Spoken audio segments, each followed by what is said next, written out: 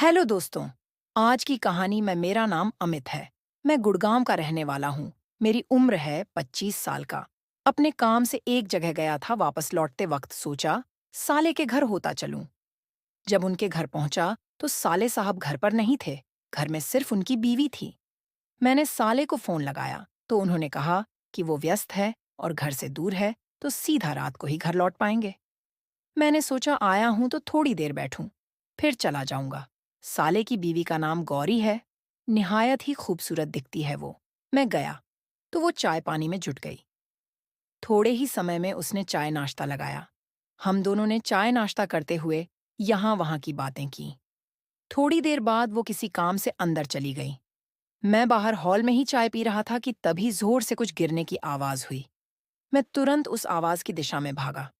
देखा तो एक आयल पैंट का डिब्बा गिरा और गौरी पूरी रंगीन हो गई थी। मुझे देखकर वो रोने लगी। मैंने पूछा कैसे गिरा, ये ऊपर से कपड़ा निकाल रही थी, लेकिन कपड़ा डिब्बे के नीचे फंसा था, जिसकी वजह से पलट गया। उसने रोते हुए कहा, स्टूल नहीं लिया था क्या? मैंने कहा, नहीं, अब क्या करें, वो आएंगे तो बहुत चिल्लाएंगे, इसीलिए रो रही हो। हाँ, मैं समझा दूंगा उसको। नहीं, वे आपके सामने कुछ नहीं बोलेंगे, पर बाद में डांटेंगे और मारेंगे भी। अच्छा, एक काम करो, उसके अभी आने में बहुत टाइम है, तब तक इसे साफ कर लो। साफ हो जाएगा क्या? हाँ, हो जाएगा। मैं बाजार से टर्पेंटाइन आयल लाता हूँ, उससे निकल जाता है।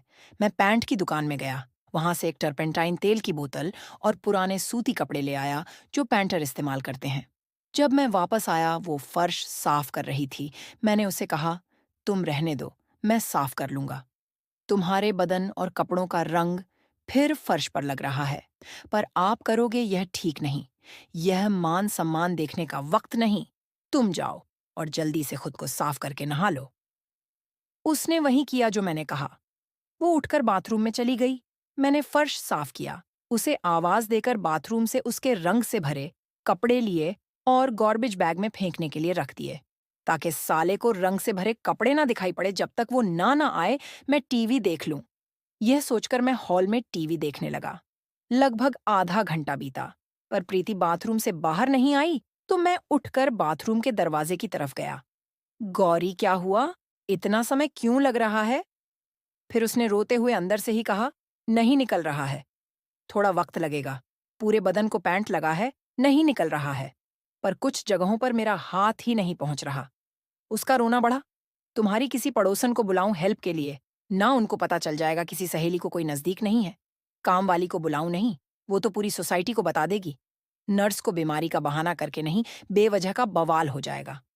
तब तो सिर्फ दो ही रास्ते बचते हैं, या तुम खुद करो या मैं तुम्हारी मदद करूं।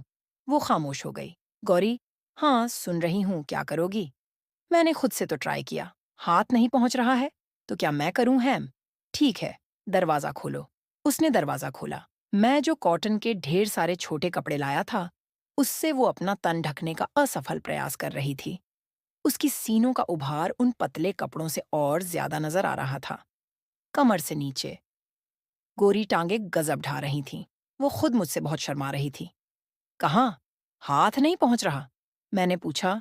पीठ और कमर के कुछ हिस्से पर उसने गर्दन झुकाते हुए कहा, ठीक है, पलटी हो जाओ, पर कपड़े ऐसा करो, नीचे बैठ जाओ और कपड़े से जितना हिस्सा ढक सकती हो ढक लो।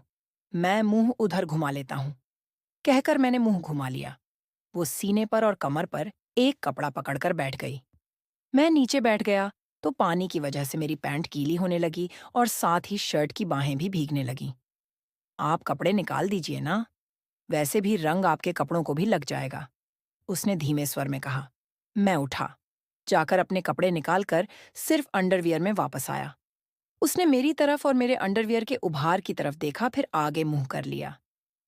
मैं अब उसकी भान गोरी पीठ पर कपड़े में रखा हाथ घुमा रहा था, बीच बीच में कुरेदने के लिए कपड़ों की बजाय उंगलियां भी लगा देता। काफी मुलायम बदन था उसका। मैं पीठ साफ करके कमर की तरफ गया तो देखा कि ढेर सारा पैंट उसके भी घुसा हुआ था। गौरी, एक प्रॉब्लम है। क्या तुम्हारे में भी पैंट लगा है उसे निकालने के लिए? या तो तुम्हें घोड़ी बनना पड़ेगा या नीचे लेटना पड़ेगा। नीचे लेटती हूँ, कहकर वो उल्टी लेट गई। अरे बहुत सारा लगा है, ठीक से बैठकर साफ करना पड़ेगा। तो बैठिए। वो अब थोड़ी खुल गई थी। मेरे साथ अब शायद अच्छा लगने लगा था। शायद मुसीबत उसके लिए एडवेंचर बन गई थी। मैं नीचे बैठ गया और उसके कूल्हे साफ करने लगा। अपने कूल्हों पर मेरा हाथ पाकर वो उत्तेजित हो गई थी। वो होश खो बैठी थी। उत्तेजना में मैंने उसके उत्तेजना का फायदा लेकर मजाक में ही कहा, आपको भी तो नहाना पड़ेगा। उसने कहा, नहलाऊं? अब ऐसी ऐसी जगह पर हाथ लगा ली हो। नहलाओगे तो कौन सी अजब बात हो जाएगी। उसने हंसते हुए रजामंदी दे दी थी। ठीक है, लेटी रहो। ऐसे ही कहते हुए मैंने साबुन लिया और उसके बदन पर पानी डाली। साबुन लगा दिया। पूरे बदन पर पीछे से साबुन लगाकर मैं अब उस पर हाथ फेरने लगा।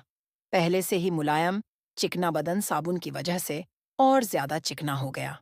मैं अपने दोनों हाथों से उसकी पीठ, गर्दन, कमर और कूनों को सहला रहा था।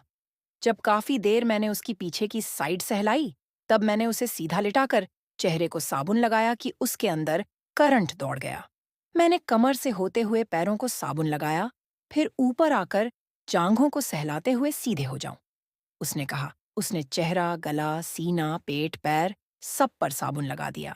फिर जांघों की तरफ आई जांघों को साबुन लगाकर सहलाते हुए, वाह क्या मजा आ रहा था उसके हाथों से साबुन लगवाते, मैंने उसके होंठों को किस करना शुरू किया। थोड़ी ही देर में हम दोनों ने एक दूसरे को जोर से कस लिया। जब रिलैक्स हुए, तब एक दूसरे पर पानी डाल साबुन उतार दिया। फिर मैंने उसे और उसने मुझे तौलिए से पूछा और फिर हमने बाहर आकर कपड़े पहन लिए। कपड़े पहनकर मैंने फिर एक बार उसके हाथों की चाय पी।